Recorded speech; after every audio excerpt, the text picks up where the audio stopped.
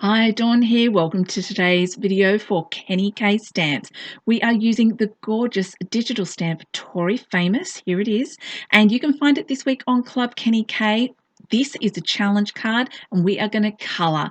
Now, I have sped this up super fast because it did take me a long time to colour this card. I have used a lot of different markers on here, and you can find a full list of all the markers that I have used to colour this gorgeous image over on my blog. I will pop a link to that below so that you can find it really easily if you want to colour along.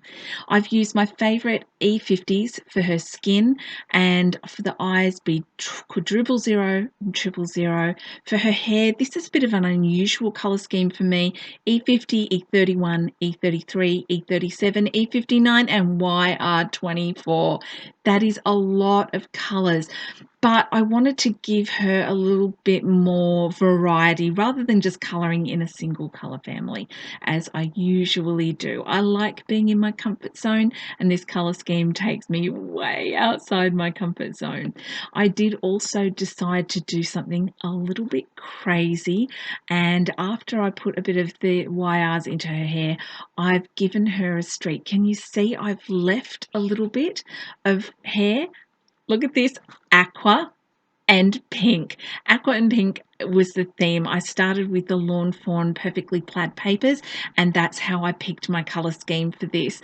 I've just brightened up her cheeks a little bit, and I'm going to repeat the same pinks, and here I'm using the R81, 83, 85 and 89 for the pinks, and I'm repeating the same colour scheme throughout this entire image. For the aquas, I'm using BG01, 02, 05 and a boost with a little 07. I did start the pants with the B00 just so I could have something a tiny bit lighter. For the chair, I've used warm greys and repeated the pinks with a teeny touch of aqua, and I'm also going to use that pink for her earring as well, and the boots.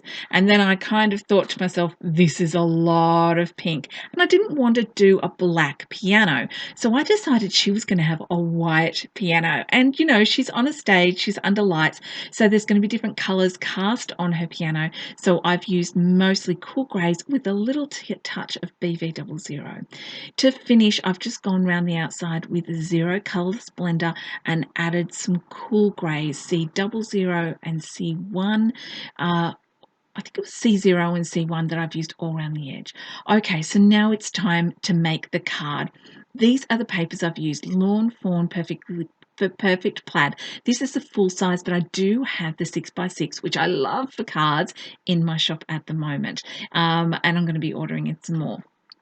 I've stuck the card base, this is just a craft 6x6 card base, to the paper.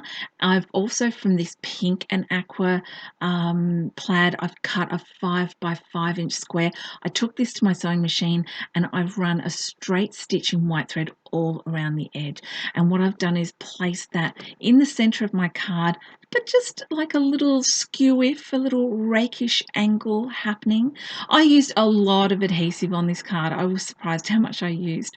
I have used a little Distress Ink Mermaid Lagoon because it just matches the aqua so beautifully around the blue base, and I've also printed this off my computer.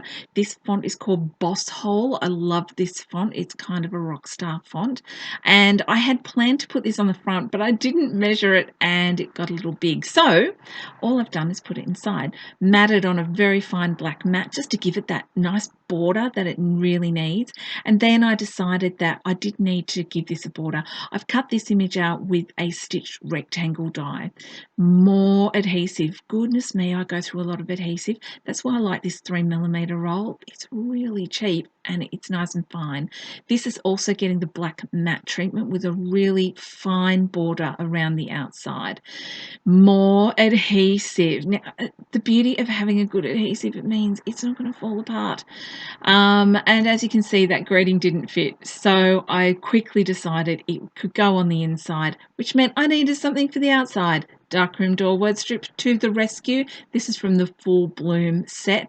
I like this one. I think this is my favorite one, definitely.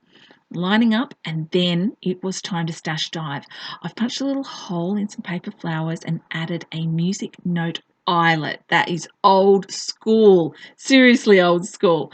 I have used some rub-ons. I haven't used them for years, but we were talking about old school supplies over on Scrap It TV Facebook page a couple of weeks ago, and I thought that this would be ideal.